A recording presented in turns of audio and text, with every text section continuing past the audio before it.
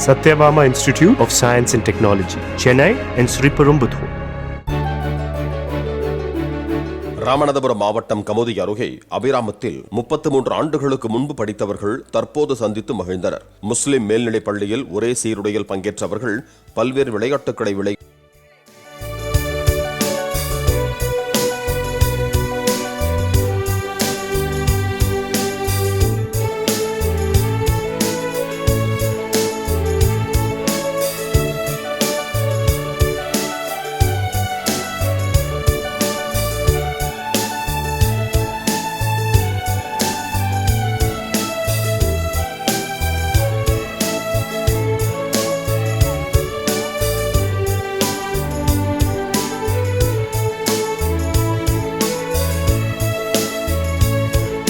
Satyabama Institute of Science and Technology, Chennai and Sriperumbudur.